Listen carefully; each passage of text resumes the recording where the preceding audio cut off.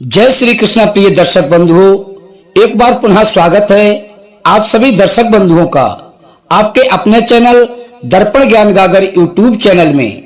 प्रिय दर्शक बंधुओं, आज की कहानी के माध्यम से हम आपको बताएंगे कि एक स्त्री को इन 3 स्थानों पर कभी भी अकेला नहीं छोड़ना चाहिए, नहीं तो आपको आजीवन पछतावा रहेगा। प्रिय दर्शक बंधुओं, आज का जो प्रसंग है वह बहुत ही ज्ञानवर्धक व मोटिवेशनल है। आज के प्रसंग से प्रिय मित्रों, आपको सीखने को मिलेगा कि कभी भी इन 3 स्थानों पर भूल कर भी कभी अकेला नहीं छोड़ना चाहिए। प्रिय मित्रों, ये कहानी बहुत ही महत्वपूर्ण व जरूरी है आप लोगों तक पहुंचाने के लिए, ताकि आप जागरूक हो सकें। इसलिए प्रिय दर्शक बंधुओं, आप हमारी इस वीडियो के अंत तक अवश्य बने रहें। प्रिय दर्शक बंधुओं, बहुत समय पहले की बात है, एक बंजारा व उसकी पत्नी अपने राज्य से किसी दूसरे राज्य में व्यापार करने के लिए जाते हैं। प्रिय दर्शक बंधुओं, जैसे ही वो दूसरे राज्य की सीमा में घुसे तो उन्हें रास्ते में डाकू मिल गए। तो उन डाकुओं ने बंजारे व उसकी पत्नी के लिए लूट लिया और इस तरह बंजारे व उसकी पत्नी को उन डाकुओं ने भिखारी बना दिया। बंजारे व उसकी पत्नी को लूटने के बाद वो डाकुओं का समूह वहां से चला गया। प्रिय दर्शक बंधुओं, वो डाकू तो चले गए, लेकिन बंजारा व उसकी पत्नी सब कुछ गंवाने के बाद अत्यंत चिंता में डूब गए और अपने मन में विचार करने लगे कि अब आगे क्या किया जाए। एक तो अनजान शहर और अनजान शहर में वे दोनों खस्ता हाल, क्योंकि प्रिय मित्रों, अनजान शहर में पैसा ही सब कुछ होता है। अब वो बेचारा करता भी क्या। वो बंजारा अपनी पत्नी को साथ लेकर अनजान शहर की ओर बढ़ने लगा। उसे हर पल यही चिंता खाए जा रही थी कि अब मैं व्यापार कैसे करूंगा, मेरे पास धन तो है नहीं, जो कुछ था वो सब डाकुओं ने लूट लिया। वो इसी चिंता में चला ही जा रहा था, तभी नगर के बाहर एक साधु महाराज जी की कुटिया पड़ी। तो वह बंजारा अपनी पत्नी को साथ लेकर उस कुटिया की ओर चल दिया। जब वह कुटिया के पास पहुंचा तो उसे वहां पर एक संत जी मिले, जो एक चबूतरे पर बैठे हुए अपने शिष्यों को प्रवचन दे रहे थे। प्रिय मित्रों, उन साधु महाराज को देखकर बंजारा अपने मन में सोचने लगा कि मैं क्यों ना इन साधु महाराज के लिए अपनी समस्या बताऊं, शायद ये मेरी समस्या का कोई समाधान निकाल लें। प्रिय मित्रों, ऐसा अपने मन में विचार कर वह बंजारा उन साधु महाराज के पास पहुंच गया और बहुत ही विनम्र सुर में प्रार्थना करते हुए उसने अपनी सारी व्यथा उन साधु महाराज को कह सुनाई और कहने लगा कि हे महाराज, यदि आप किसी तरह मेरी पत्नी को किसी महाजन के पास गिरवी रखवा कर मुझे कुछ धन दिलवा दें तो आपका मुझ पर बड़ा ही एहसान होगा। प्रिय दर्शक बंधुओं, जैसे ही साधु महाराज जी ने उस बंजारे की बात को सुना तो साधु महाराज को उस बंजारे की कहानी सुनकर उस पर दया आ गई और उन संत जी ने अपने एक परिचित महाजन के बारे में उस बंजारे को बताया। तो बंजारा अपनी पत्नी को साथ लेकर उस महाजन के पास पहुंचा और उस महाजन से हाथ जोड़कर कहने लगा कि हे सेठ जी, मुझे कुछ पैसों की आवश्यकता है। मेरे पास गिरवी रखने के लिए और तो कुछ है नहीं सिवा मेरी पत्नी के। आप मेरी पत्नी को गिरवी रखकर मुझे कुछ धन दे दीजिए। मैं उन पैसों से व्यापार करके जल्द ही आपका धन लौटा दूंगा और अपनी पत्नी को छुड़ा लूंगा। और जब तक मैं आपके पैसे वापस ना करूं, तब तक मेरी पत्नी आपके पास रहेगी। प्रिय दर्शक बंधुओं, जैसे ही उस महाजन ने उस बंजारे की बात को सुना तो वो महाजन पैसे देने के लिए अतिशीघ्र तैयार हो गया और पैसे के बदले में बंजारे की पत्नी को अपने पास गिरवी रख लिया। और वह बंजारा उस महाजन के पास अपनी पत्नी को गिरवी रखकर और उस सेठ से कर्जा लेकर के अपना व्यापार करने के लिए आगे की ओर चल दिया। प्रिय दर्शक बंधुओं, तभी उस बंजारे ने उस पैसे से पशुओं का व्यापार प्रारंभ कर दिया। वो बंजारा सस्ते दामों में किसानों से पशुओं को खरीदता था और दूसरे जरूरतमंद किसानों को महंगी कीमत में बेच देता था। इस प्रकार उस बंजारे ने उन पैसों से बहुत कम समय में ही बहुत सारा धन एकत्रित कर लिया। प्रिय दर्शक बंधुओं, जब उस बंजारे ने बहुत सारा पैसा कमा लिया तो वह बंजारा 1 वर्ष बाद उसी नगर में वापस आकर सीधा उसी महाजन के पास गया जहां उसकी पत्नी गिरवी रखी थी। और महाजन के पास पहुंचकर वो बंजारा उस महाजन से कहने लगा कि हे सेठ जी, आप अपना हिसाब करके मुझसे अपना सारा पैसा ब्याज सहित ले लीजिए और मेरी पत्नी को मुझे वापस कर दो। प्रिय दर्शक बंधुओं, उस बंजारे की बात सुनकर वो महाजन कहने लगा, अरे भैया, मैं तुमको क्या बताऊं, अब से 3 महीने पहले की बात है। तुम्हारी पत्नी अत्यंत बीमार पड़ गई और उसी बीमारी के कारण तुम्हारी पत्नी का स्वर्गवास हो गया। मैंने तुम्हारी पत्नी को बचाने के लिए बहुत उपचार करवाया, अच्छे से अच्छे वैद्य हकीमों को भी दिखाया, लेकिन मैं उसको बचा नहीं सका। प्रिय दर्शक बंधुओं, जैसे ही उस बंजारे ने उस महाजन के ऐसे वचनों को सुना तो बंजारा ये सब सुनकर के सन्न रह गया और उदास होने लगा। फिर थोड़ा धैर्य रख करके उस सेठ से कहने लगा कि हे सेठ जी, जो होना था सो हो गया। शायद नियति को यही मंजूर था, क्योंकि यदि वो मेरे साथ रहती तब भी आयु पूरी होने पर तब भी उसे मरना ही होता, क्योंकि होनी को कौन टाल सकता है। फिर भी आपका जो भी रुपया बना वो मुझसे ले लीजिए, ताकि मुझे इस बात का संतोष हो जाए कि मैंने अपना ऋण चुका दिया है, ताकि मैं आपके ऋण से मुक्त हो जाऊं। प्रिय दर्शक बंधुओं, तभी बंजारे की बात सुनकर वो सेठ कहने लगा, नहीं भाई, लेकिन मैं तुमसे अब वो पैसा कैसे ले सकता हूँ, क्योंकि जिसके ऊपर तुमने पैसे लिए थे वो तो मर चुकी है।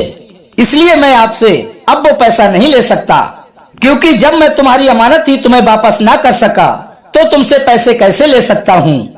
प्रिय दर्शक बंधुओं, जब उस बंजारे ने उस सेठ से ऋण वापस करने के लिए बार बार आग्रह किया तो भी उस सेठ ने उससे पैसे नहीं लिए, और जब वह उदास मन से वहां से निकला तो फिर वह घूमता हुआ उन्हीं साधु महाराज जी के आश्रम पर पहुंच गया। प्रिय दर्शक बंधुओं, वो साधु महाराज हमेशा की तरह अपने चबूतरे पर बैठे हुए अपने सभी शिष्यों के लिए उपदेश दे रहे थे, और वो बंजारा भी अपने मन की शांति के लिए वहीं जाकर बैठ गया और उन साधु महाराज के प्रवचन सुनने लगा। प्रिय मित्रों, जब उन साधु महाराज ने उस बंजारे को देखा तो वे साधु महाराज उस बंजारे को पहचान गए और उस बंजारे से उसका हालचाल पूछने लगे। तब उस बंजारे ने पूरा घटनाक्रम उन संत जी को बता दिया। प्रिय दर्शक बंधुओं, वो साधु महाराज एक सिद्ध महात्मा थे। तब उन्होंने बंजारे की बात सुनकर उन साधु महाराज जी ने कहा कि हे बंजारे, उस सेठ ने तेरे साथ छल किया है। तेरी पत्नी मरी नहीं, निश्चित रूप से जीवित है, या तो तेरी पत्नी के लिए उस सेठ ने अपने घर में छुपा लिया है, और या तो उस सेठ ने तेरी पत्नी को अपने किसी परिचित के यहाँ रिश्तेदारी में भेज दिया है। इसलिए हे बंजारे, अब तुम एक काम करो, यहाँ के राजा के पास चले जाओ और राजा के दरबार में जाकर उनसे प्रार्थना करना कि हे राजन, आप मेरी पत्नी को उस सेठ से दिलवा दो जिसके यहाँ मैंने उसको गिरवी रखा था। क्योंकि हे बंजारे, इस नगर का जो राजा है, राजा श्रीदेव, वो बहुत ही बुद्धिमान व्यक्ति है और न्याय प्रिय राजा है।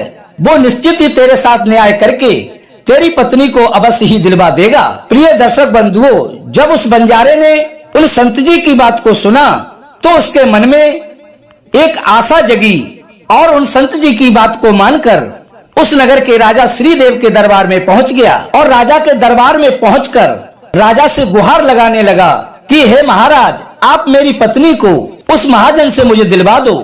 प्रिय दर्शक बंधुओं, तब उस बंजारे की बात को सुनकर राजा ने महाजन को अपने दरबार में बुलवाया और उससे कहा कि हे सेठ, क्या जो बंजारा कह रहा है ये बात सत्य है कि ये व्यक्ति कुछ रुपयों के बदले अपनी पत्नी को तुम्हारे पास गिरवी रखकर गया था? तब प्रिय मित्रों, उस महाजन ने स्वीकार करते हुए कहा कि हाँ महाराज, बंजारे की ये बात बिल्कुल सत्य है। तभी राजा ने कहा, तो तुम इसकी पत्नी को वापस क्यों नहीं कर रहे हो? तभी राजा की बात सुनकर वो महाजन बोला, कैसे लौटा दूं महाराज, और कहां से लौटा दूं? मैंने इस बंजारे को पहले ही बताया था कि अब से 3 माह पूर्व ही इसकी पत्नी की बीमारी के चलते मृत्यु हो चुकी है। इसलिए हे महाराज, अब मैं यमराज के पास जाकर इसकी पत्नी को तो वापस नहीं ला सकता। तभी महाराज ने कहा कि इस बात का कोई गवाह है तुम्हारे पास जो इस बात की पुष्टि कर दे कि इस बंजारे की पत्नी की 3 माह पहले मृत्यु हो चुकी है। तभी वह सेठ बोला, जी हाँ अन्नदाता, मेरी बात की पुष्टि वह वैद्य कर देगा जिसने इसकी पत्नी का इलाज किया था, और वो 4 व्यक्ति भी इस बात की गवाही दे देंगे जो इसकी पत्नी का शव शमशान लेकर गए थे। प्रिय दर्शक बंधुओं, उस महाजन ने अपनी सारी बातें इतने आत्मविश्वास के साथ कही कि राजा श्रीदेव को भी उसकी बात पर भरोसा हो गया। तभी राजा ने बंजारे से कहा कि हे भाई बंजारे, यदि तुम्हारी पत्नी जीवित होती तो हम तुम्हें उसे अवश्य ही दिलवा देते। अब तो हमारी भी मजबूरी है। प्रिय दर्शक बंधुओं, इस प्रकार राजा श्रीदेव ने उस बंजारे को समझा बुझाकर वहां से वापस भेज दिया।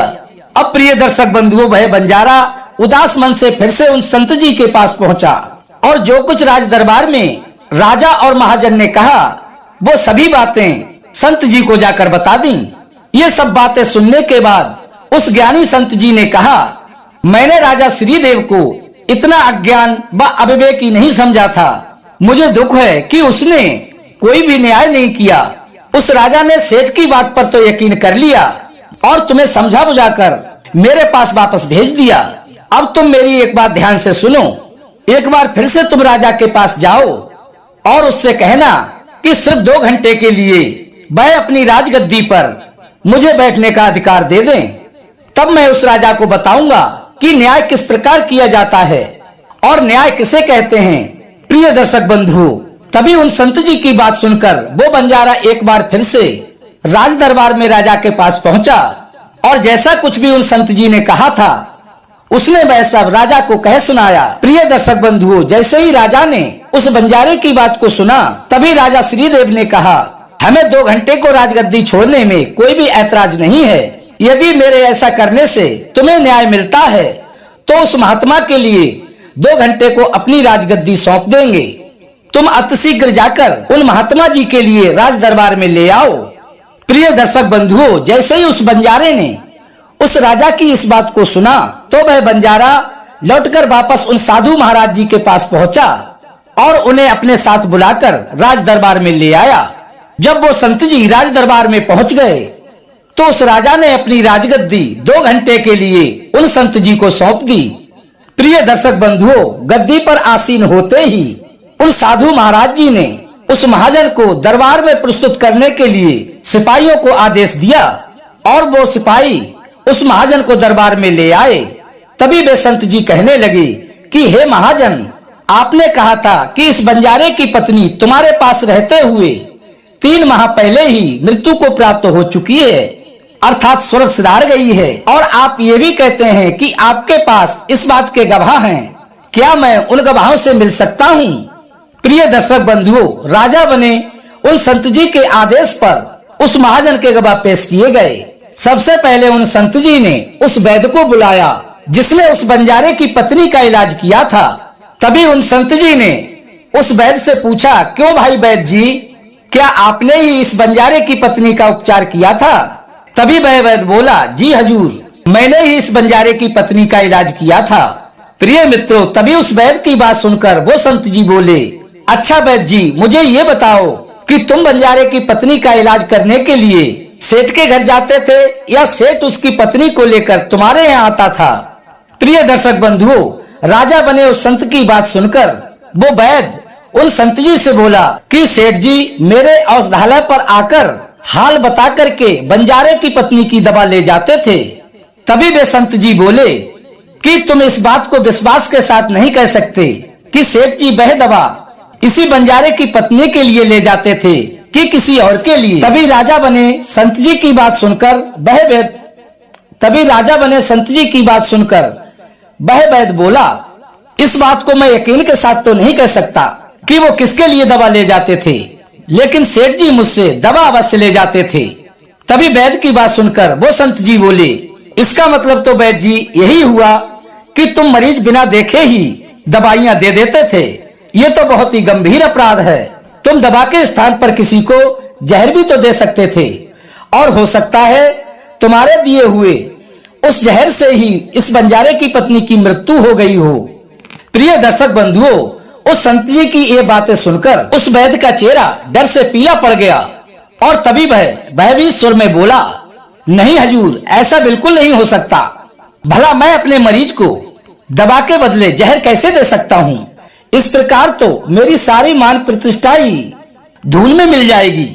तभी वैद्य की बात सुनकर वो संत जी बोले, अब तो तुम ऐसा ही कहोगे। मैं तुम्हें लापरवाही और एक मरीज के जीवन से खिलवाड़ करने के अपराध में 100 कोड़े लगाने का आदेश देता हूँ। इसके साथ ही तुम्हारा मुंह काला करके पूरे नगर में घुमाया जाएगा। अब तुम ही बताओ वैद्यराज कि तुम सच बोलोगे या फिर सैनिकों को मैं तुम्हें कैद करके ये सब करने को कहूँ। प्रिय दर्शक बंधुओं, ये सुनकर के उस वैद्य का शरीर थर थर कांपने लगा। तभी वह हाथ जोड़कर उन संत जी के चरणों में जा गिरा और उनसे बोला कि हे महाराज जी, मुझे माफ कर दीजिए। मैं इस बात को स्वीकार करता हूँ कि मैंने इस सेठ के बताए हुए किसी भी मरीज का कोई भी इलाज नहीं किया है। इस सेठ ने तो मुझे झूठ बोलने के 500 रुपए दिए थे और साथ में ये भी कहा था यदि गवाही की आवश्यकता पड़े तो मैं ऐसा कहकर उसके पक्ष में गवाही दूं। बस मेरा इतना ही अपराध है कि मैंने लालच में आकर इस सेठ का प्रस्ताव स्वीकार कर लिया। तभी उन राजा बने संत जी ने कहा, हे वैद्य जी, कुछ भी हो, आपने अपराध तो किया ही है और मैं तुम्हें झूठी गवाही के इल्जाम में दंड के स्वरूप 30 कोड़े मारने का आदेश देता हूँ। प्रिय दर्शक बंधुओं, तभी उन संत जी के आदेश के बाद सिपाहियों ने तत्काल उस वैद्य के लिए 30 कोड़े लगाए। प्रिय दर्शक बंधुओं, पहला कोड़ा लगते ही वह वैद्य चीख पड़ा और जोर जोर से कहने लगा कि हे महाराज, मुझ पर रहम करें। प्रिय दर्शक बंधुओं, अब तो हर कोड़े पर उस वैद्य के मुख से हृदय विदारक आवाजें निकलने लगी। उसकी चीखें सारे राज दरबार में गूंजने लगी। प्रिय मित्रों, उस वैद्य के साथ ऐसा देखकर महाजन के गवाह के तौर पर बुलाए गए उन चारों लोगों के कलेजे दहल गए जिन्होंने बंजारे की पत्नी को शमशान में ले जाकर अंतिम संस्कार करने की गवाही दी थी। अब बारी उन चारों गवाहों की आई। तभी उन संत जी ने उन चारों से पूछा कि तुम लोगों का कहना है कि तुम चारों ने इस बंजारे की पत्नी को शमशान में ले जाकर उसका अंतिम संस्कार किया है। तुम मुझे ये बताओ कि अंतिम संस्कार से पहले जब मृत शरीर को जब स्नान कराया जाता है तब उसे कफन में लपेटकर अर्थी पर रखा जाता है। स्नान के दौरान क्या तुमने उस स्त्री का मृत शरीर देखा था? उन संत जी की इस बात को सुनकर उस सेठ के वो चारों गवाह कहने लगे, जी नहीं हुजूर, उसका मृत शरीर तो हमने देखा ही नहीं था। जब सेठ जी ने अर्थी तैयार कर ली थी उसके बाद ही हम उसे शमशान में लेकर गए थे और उसका अंतिम संस्कार कराए। उन चारों गवाहों की बात सुनने के बाद वो संत जी बोले, और तुमने ये जानना भी उचित नहीं समझा कि कोई मृत मनुष्य लेटा है या कोई जीवित व्यक्ति है? कहीं ऐसा तो नहीं किसी विषैले पदार्थ से बेहोश उस व्यक्ति उस अर्थी पर लेटा हो और तुम उसे शमशान में ले जाकर फूंक आए? ये तो एक बेहद ही गंभीर अपराध है। इसके लिए तुम लोगों को मृत्यु दंड की भी सजा दी जा सकती है। प्रिय दर्शक बंधुओं, वो चारों गवाह उस वैद्य की पिटाई को पहले ही देख चुके थे, इसलिए वो पहले से ही अत्यंत भयभीत थे। और जब उन्होंने उन संत जी के मुख से मृत्यु दंड की बात सुनी तो इस बात को सुनकर उन सभी के हाथ पैर फूल गए और वो पसीने से नहाने लगे। तभी उन संत जी ने विजयी भाव से उस महाजन की ओर देखा। प्रिय दर्शक बंधुओं, जैसे ही उन संत जी ने उस महाजन की ओर देखा तो उस सेठ का चेहरा भय से काला पड़ने लगा। तभी उन संत जी ने उस महाजन से कहा कि हे सेठ जी, तुम्हारे तो इन पांचों गवाहों की पहले ही हवा निकल गई। अब तुम ही बताओ कि किसी की इच्छा के विपरीत किसी की पत्नी को जबरदस्ती घर में रखना और अमानत में खयानत के अपराध में तुम कौन सी सजा पाना पसंद करोगे? प्रिय मित्रों, साधु की बात सुनकर उस महाजन का चेहरा एकदम सफेद पड़ गया। उसके मुख से बिल्कुल भी आवाज नहीं निकल रही थी।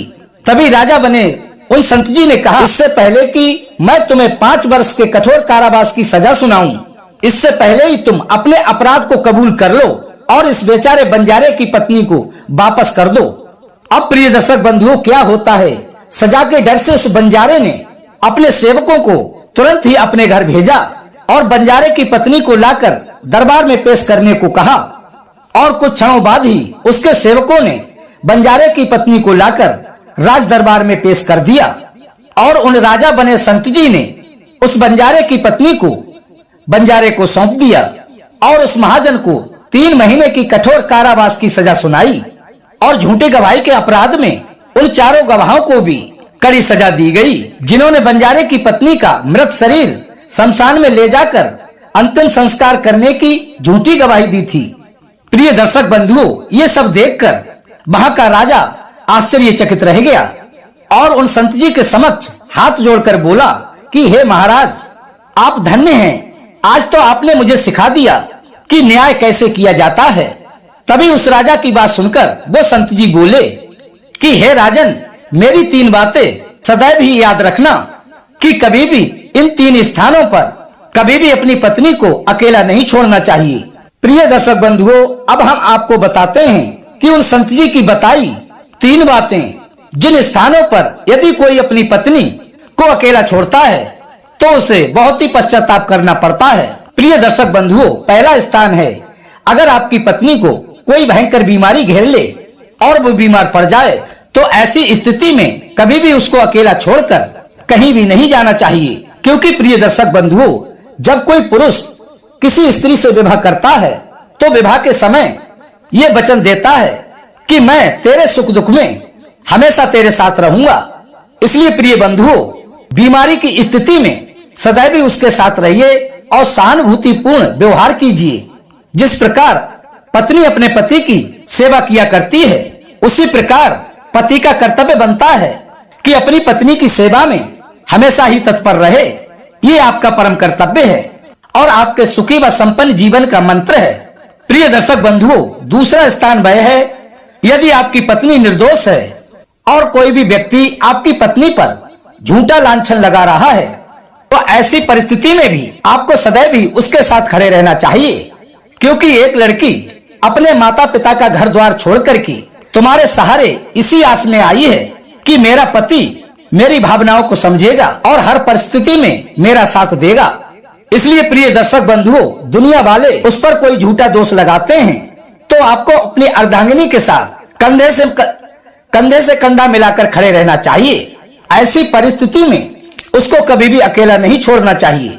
यदि कोई ऐसी परिस्थिति आ जाए तो ऐसे समय में तुम्हें अपनी पत्नी को बोलना चाहिए कि तुम बिल्कुल भी चिंता मत करो, मैं तुम्हारे साथ हूँ। प्रिय दर्शक बंधुओं, तीसरा और अंतिम स्थान बताते हुए वो संत जी कहते हैं, अपनी पत्नी को पराये पुरुषों के पास कभी भी नहीं छोड़ना चाहिए, चाहे आपका मित्र, रिश्तेदार या सगा संबंधी क्यों ना हो। किसी भी परिस्थिति में अपनी पत्नी को किसी अन्य व्यक्ति के साथ अकेला नहीं छोड़ना चाहिए, क्योंकि आज के समय में किसी का कुछ भी पता नहीं है, कौन कब और किसके साथ दगा कर जाए। इसलिए प्रिय बंधुओं, कभी भी भूलकर भी अपनी पत्नी को किसी पराये पुरुष के साथ अकेला नहीं छोड़ना चाहिए। तो प्रिय दर्शक बंधुओं, ये थी आज की हमारी ज्ञानवर्धक कहानी। हम आशा करते हैं कि हमारी आज की ये कहानी आपको अवश्य पसंद आई होगी और हमारे द्वारा बताई हुई ये तीनों बातें आपकी समझ में अवश्य आ गई होंगी। इसलिए इनसे प्रेरणा लेकर अपने जीवन में अवश्य ही उतारेंगे। प्रिय दर्शक बंधुओं, यदि हमारी कहानी पसंद आई हो तो वीडियो को लाइक करें, चैनल को सब्सक्राइब करें, अच्छे कमेंट किया करें और हो सके तो अपने सगे संबंधियों व मित्रों तक शेयर अवश्य करें। फिर मिलेंगे इसी प्रकार की ज्ञानवर्धक चर्चा के साथ। इसी के साथ प्रिय दर्शक बंधुओं, राधे राधे, जय श्री कृष्ण।